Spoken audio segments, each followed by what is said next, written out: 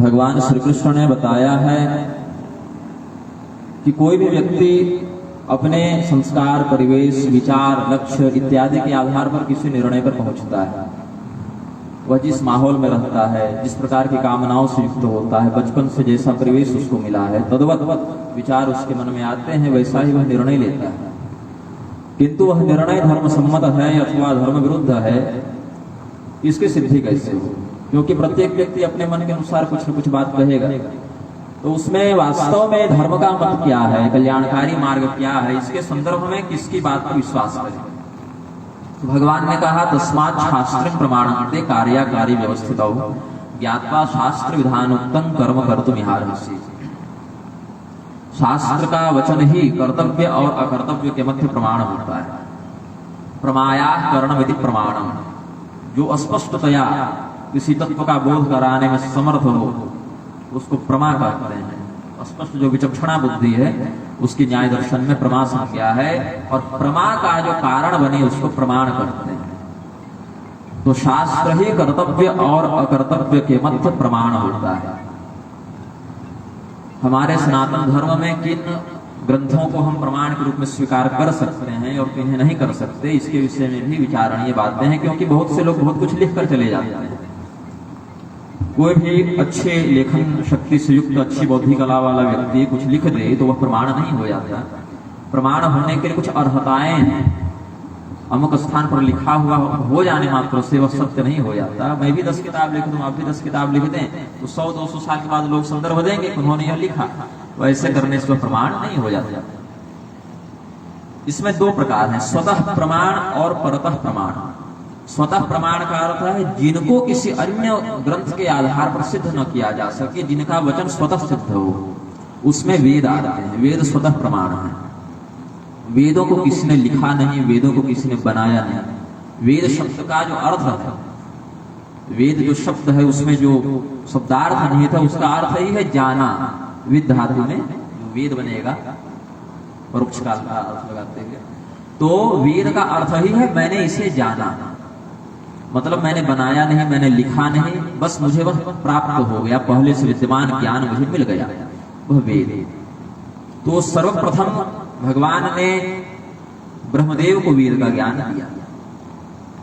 जब वैष्णव कल्पों की श्रृंखला होती है तो भगवान विष्णु ब्रह्मदेव को वेद का ज्ञान देते हैं, और शिवो वेद, इस न्याय से भगवान शिव महेश्वर कल्पों की श्रृंखला में ब्रह्मदेव को वेद का ज्ञान देते हैं। लेकिन पढ़ाते हैं कोई न कोई, वो कोई लिखते नहीं, रचना नहीं करते। अपने अपने तपस्यात्मक साधनात्मक बल के माध्यम से ऋषिगण वेद मंत्रों का दर्शन करते हैं, उनका साक्षात्कार करते हैं, उन शब्दों को सुनते हैं, सुनकर जानते हैं। इसीलिए वेदों को श्रुति भी कहते हैं। वेदों को, वेद जो शब्द आया है उसमें श्रुति और वेद दोनों शब्द आए हैं, सुना भी और जाना भी। और कैसे जाना? तो यथा पूर्व मकल्पयत्, ये नहीं कि बार बार कुछ नया जाना, बदलाव करके जाना। वेदों में बदलाव भी नहीं होता, कोई एडिटिंग नहीं होती, कोई संशोधन नहीं होता, वो नित्य है, अपरिवर्तनीय है। यथा पूर्व मकल्पयत्, जैसा पूर्व काल के ब्रह्मा को ज्ञान दिया गया, इस बार के ब्रह्मा को भी वही मिलेगा, अगले बार वाले ब्रह्मा को भी वही मिलेगा, यथावत मिलेगा, उसमें कोई परिवर्तन नहीं होगा। क्योंकि परिवर्तन उसमें होता है जिसको बाद में किसी मनुष्य ने प्रयत्न करके बनाया, उसमें परिवर्तन होता है। जो नित्य है उसमें परिवर्तन नहीं होता। तो अनंता व वेदा, सबसे पहला प्रमाण तो हम वेद को मानेंगे जो अनंत हैं। यद्यपि हम कहने की भाषा में ऋग, यजुर्वेद, सामवेद, अथर्ववेद, चतुर्वेदों की बात करते हैं, लेकिन वे इतने ही हैं, ऐसे ही हैं, उनके मंत्र इतने ही हैं, ऐसा नहीं कर सकते। अपितु हमारी इतनी ही क्षमता है, इसलिए हमने उतने ही भाग को समझा, उतने ही भाग को पढ़ा, उतने ही भाग को जाना, ऐसा समझना चाहिए। जैसे ब्रह्मांड अनंत है, ब्रह्मांड की परिधि अनंत है, हम अपनी क्षमता के अनुसार जितना गमन कर सकते हैं उतनी यात्रा करते हैं। वैसे ही वेद भी अनंत है, अपनी क्षमता के अनुसार जिस देवता ने, ऋषि ने, मनुष्य ने जैसा दर्शन किया। ऋषि जो शब्द है ना, वो भी वेद के मंत्रों का साक्षात्कार करने के बाद मिलता है। वो पद ऋषयो मंत्र द्रष्टारः, जिन्होंने वेद मंत्रों का साक्षात्कार किया, ऐसे तपस्वी जनों को ऋषि कहते थे। उनमें जो श्रेष्ठ बने उनको महर्षि कहते थे। जिन राजाओं ने वेद मंत्र का साक्षात्कार करके ऋषि पद को प्राप्त किया वे राजर्षि कहलाए, जिन देवताओं ने वेद मंत्रों का साक्षात्कार करके ऋषि पद को प्राप्त किया वे देवर्षि कहलाए। इस प्रकार से ऋषियों के भी अलग अलग पद हैं। इसके बाद स्थान है स्मृति का। स्मर्यते इति स्मृति, जिसका बारंबार दैनिक जीवन के क्रियाकलापों में हम स्मरण करें कि उसमें क्या विधान है, उसमें क्या विधान है, ऐसा क्रियात्मक स्मरण जिनका हो उनको स्मृति कहते हैं। इसमें प्रधानता से स्वयंभू मनु के द्वारा बनाई गई मनु स्मृति है। मनु की संतान होने से हम मानव कहलाते हैं। मनु ना जायते इति मानवः, मनुजः जायते में मनुजः हो जाएगा। तो मनोज, मानव, मनुष्य इत्यादि शब्द मनु की संतान होने से हैं। और स्मृतियों के भी कई प्रकार हैं। 18 प्रधान स्मृतियां हैं, उनके समर्थन के लिए 18 गौण स्मृतियां, उप स्मृतियां, फिर 18 औप स्मृतियां हैं। तो ये संख्या बढ़ती जाती है। स्मृतिकारों ने वशिष्ठ मुनि ने जो मनुष्यों के लिए संविधान लिखा वो वशिष्ठ स्मृति कहलाई। भगवान विष्णु ने जो संविधान लिखा वह विष्णु स्मृति कहलाई। यमराज ने जो लिखा वह यम स्मृति कहलाई। दक्ष प्रजापति ने जो लिखा वह दक्ष स्मृति कहलाई। हारीत, शंख, गौतम, पराशर, व्यास, कात्यायन इत्यादि अनेक स्मृतियां उपलब्ध हैं। तो स्मृतियों को प्रमाण में गिनेंगे। फिर पुराणों का स्थान आता है। वेद व्यास जी के द्वारा रचित 18 प्रधान पुराण, 18 उप पुराण, 18 औप पुराण, ये प्रमाण में आएंगे। पुराणों को वेद व्यास जी ने लिखा, इसका अर्थ ये नहीं कि अपने से बनाया। सूत्र रूप में पुराण उनके पास पहले से उपलब्ध थे, क्योंकि मत्स्य पुराण में वर्णन है कि ब्रह्मदेव ने जब वेदों का ज्ञान प्राप्त किया तो साथ साथ पुराणों का भी ज्ञान प्राप्त किया। विस्तृत रूप में नहीं किया, सूत्र रूप में किया। जैसे कोई पूरा घर खरीदता है तो उसको जो बिल्डर वो पहले चाबी पकड़ाता है, डीलर कार की चाबी पकड़ाता है, तो पूरी गाड़ी जो है उसको तुरंत उठाकर सर पर नहीं ले जाता। वो चाबी देने का अर्थ है कि अधिकार मैंने दे दिया। वैसे सूत्र रूप में देवी भागवत आधे श्लोक में, श्रीमद् भागवत 4 श्लोक में, गणेश पुराण इत्यादि 7 श्लोक में, ऐसे करके श्लोकात्मक सूत्रबद्ध रूप में पुराणों को ब्रह्मदेव ने प्राप्त किया। बाद में दृष्टांत कथानकों से युक्त करके भगवान वेद व्यास जी ने उनका विस्तार किया। तो वेद, श्रुति, स्मृति और पुराण ये हमारे सनातन धर्म के प्रामाणिक ग्रंथ हैं। इनके आधार पर ही हम कुछ कर्तव्य और अकर्तव्य का निर्णय ले सकते हैं, प्रधान हो गए। अब इसमें एक विभाजन और होता है। भगवती कहते हैं महाभागवत में, आगमो निगमश्चैव द्वौबाहु मम शंकर। भगवान शिव को भगवती सती ने बताया है कि मेरी 2 भुजाएं हैं इस संसार को चलाने के लिए, एक है निगम और एक है आगम। निश्चयेन गम्यते बुद्ध्या यस्मिन् स निगमः। निश्चय पूर्वक बुद्धि जिस ब्रह्म के ज्ञान को प्राप्त करती है वह निगम है, अर्थात वेद। और आगतं शिव वक्तृभ्यो गतं च गिरिजाश्रितो मतं श्री वासुदेवस्य तस्मात् गामः मुच्यते। और ऐसे सिद्धांत, ऐसे मंत्र, ऐसे विधान जो भगवान शिव ने भगवती पार्वती को बताया, शिव के मुख से निकला, पार्वती के कर्ण में गया और भगवान विष्णु के द्वारा समर्थित हुआ, यह सत्य है, उसको आगम कहते हैं। तो आगम शास्त्र को सामान्य भाषा में तंत्र शास्त्र भी कहते हैं। तनोति जगतः सारं पापेभ्यो परिरक्षति, कल मैंने बताया। तो तंत्र शास्त्र को बृहद रूप में आगम भी कहते हैं, सामान्य भाषा में तंत्र भी कहते हैं। तो यह भी सनातन धर्म के प्रामाणिक ग्रंथ हैं। किंतु तंत्र की प्रामाणिकता स्वतंत्र नहीं है।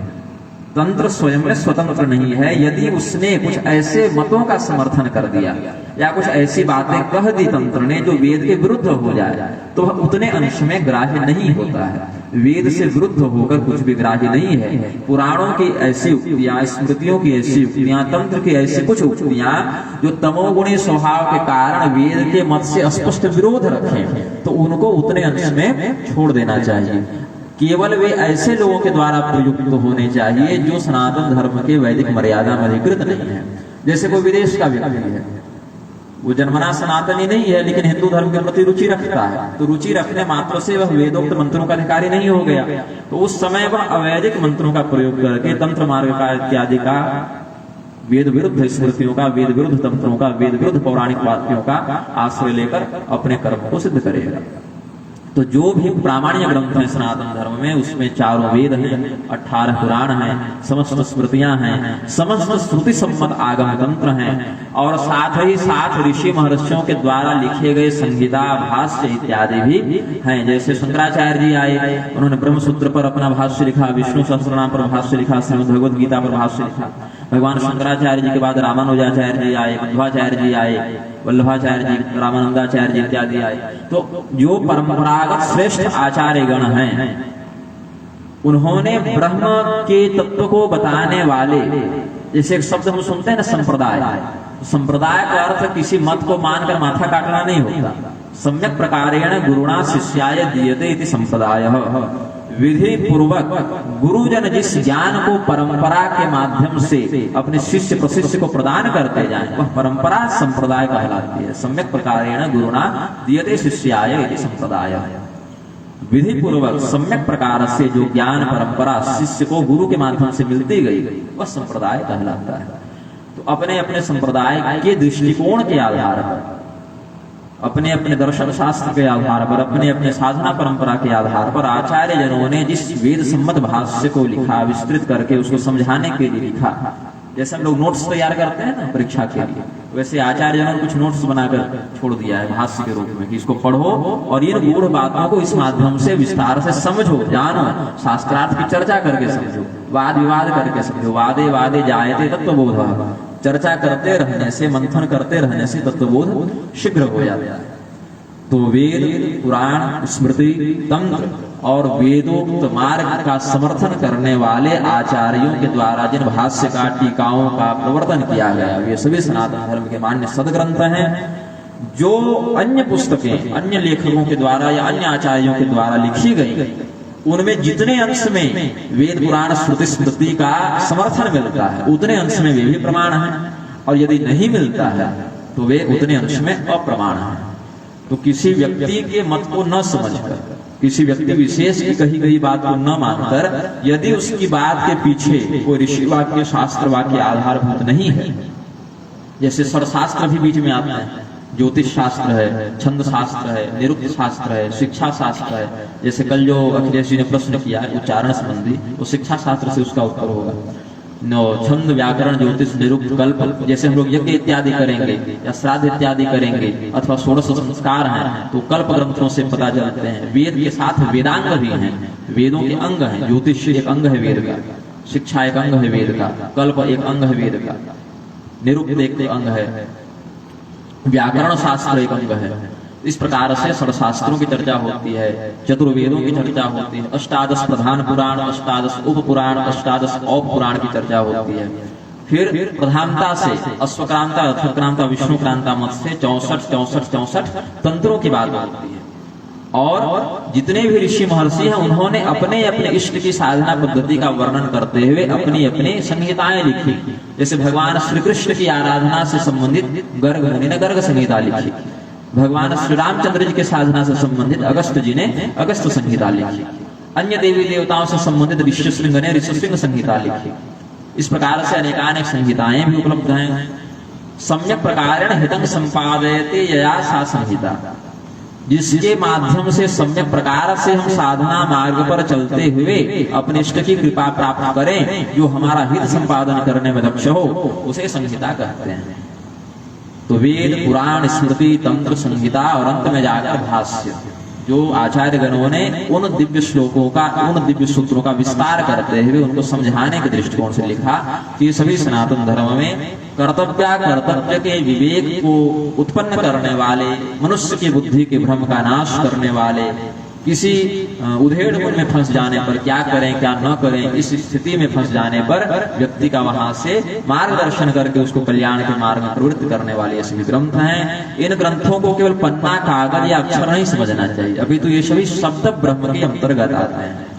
जितने भाव से, जितनी श्रद्धा से, जितने विश्वास से आप अर्चा विग्रह में पूजन करते हैं, भगवान की प्रतिमा में पूजन करते हैं, जितने विश्वास से प्रत्यक्ष देव सूर्य चंद्रवादी को अर्घ्य प्रदान करते हैं, जितने विश्वास से अग्नि में आहुतियां प्रदान करते हैं, उतने ही विश्वास के साथ इनको शब्द ब्रह्म समझकर, जैसे श्रीमद् भागवत है, इत्येषा वाङ्मयी मूर्ति साक्षात भगवतो हरे, ऐसा समझना चाहिए। अक्षरों के रूप में, वर्णों के रूप में ये भगवान नारायण है।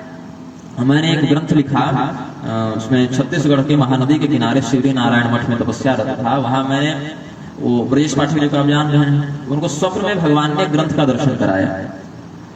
वो धुरंधर संहिता के नाम से भगवान नारायण ने स्वप्न में उनको एक ग्रंथ का केवल नाम बता दिया। विषय वस्तु नहीं बताई। तो उन्होंने मुझे फोन किया, बोला गुरुदेव तो धुरंधर संहिता नाम का ग्रंथ है। हम बोले अभी तक तो नहीं है, कहिए तो मैं लिख देता हूँ। बोले आपको कैसे पता चलेगा उसमें क्या लिखना है? हम बोले हम ले लेंगे, जिसने कहा आपका नाम वही बता देगा क्या लिखना है। तो उस पर फिर मैंने 1000 श्लोकों में धुरंधर संहिता की रचना की 20 अध्याय में। तो उसमें शब्द ब्रह्म, पर ब्रह्म और सगुण ब्रह्म का ध्यान कैसे होगा इसका विस्तृत वर्णन किया है।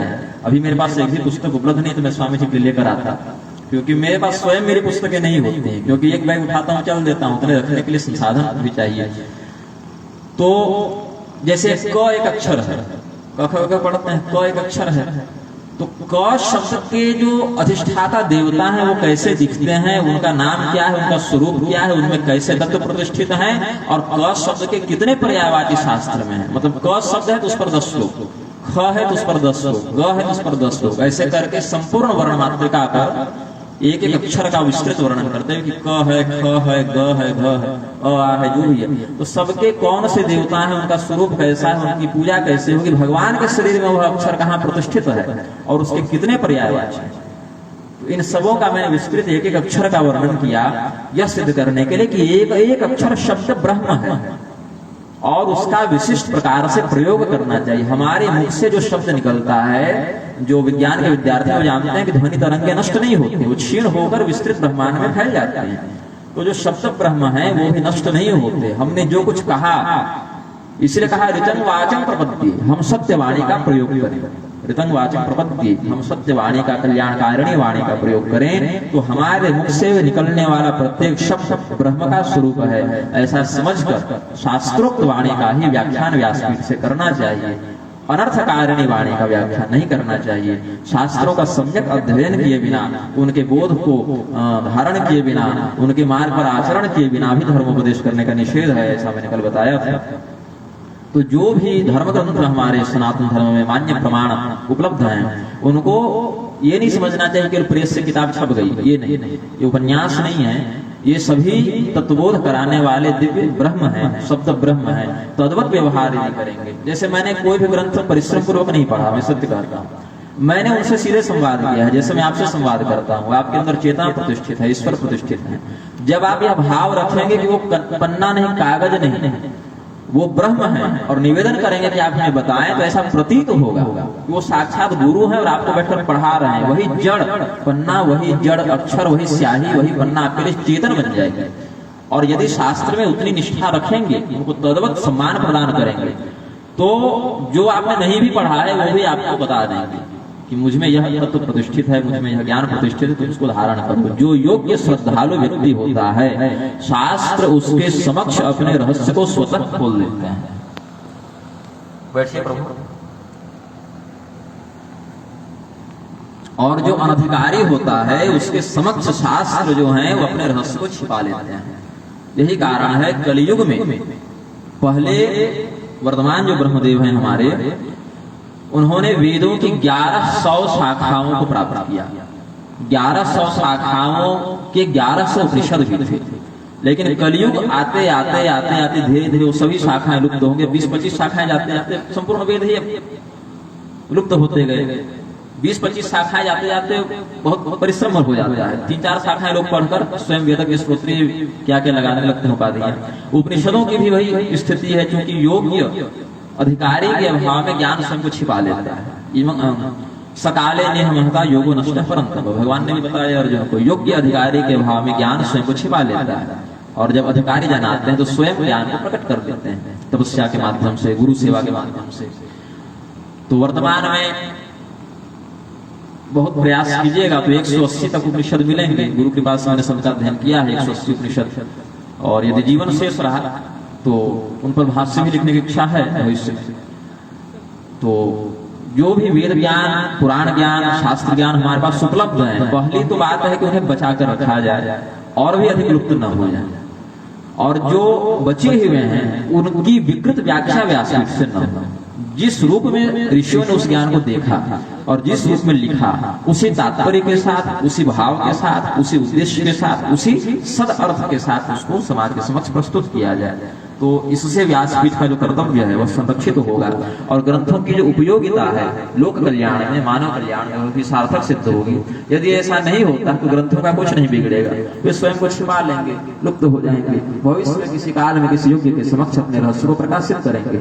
नुकसान किसका है, क्षति किसकी है? हमारी है कि हम अपनी अयोग्यता के कारण, अपनी अश्रद्धा के कारण, अपनी अदूरदर्शिता के कारण ऋषि महर्षियों ने तपस्या पूर्वक जिस ज्ञान को प्राप्त करके हमारे लिए सुलभ किया उससे वंचित रह गए। तो धर्म ग्रंथों का संरक्षण हो, उनके सदर्थ के साथ, उनके वास्तविक तात्पर्य के साथ बिना छेड़खानी किए उनका वास्तविक अर्थ प्रकाशित हो और उस प्रकाश के आलोक में हम अपने अज्ञान के अंधकार को दूर करते हुए यथाशक्ति, यथा प्रारब्ध, यथा भक्ति अपने कल्याण के मार्ग में अग्रसर होंगे। यही मेरी कामना है। प्रेम से बोले आनंद कंद भगवान की। कोई प्रश्नोत्तरी हो तो, क्योंकि 8:30 बजने जा रहा है।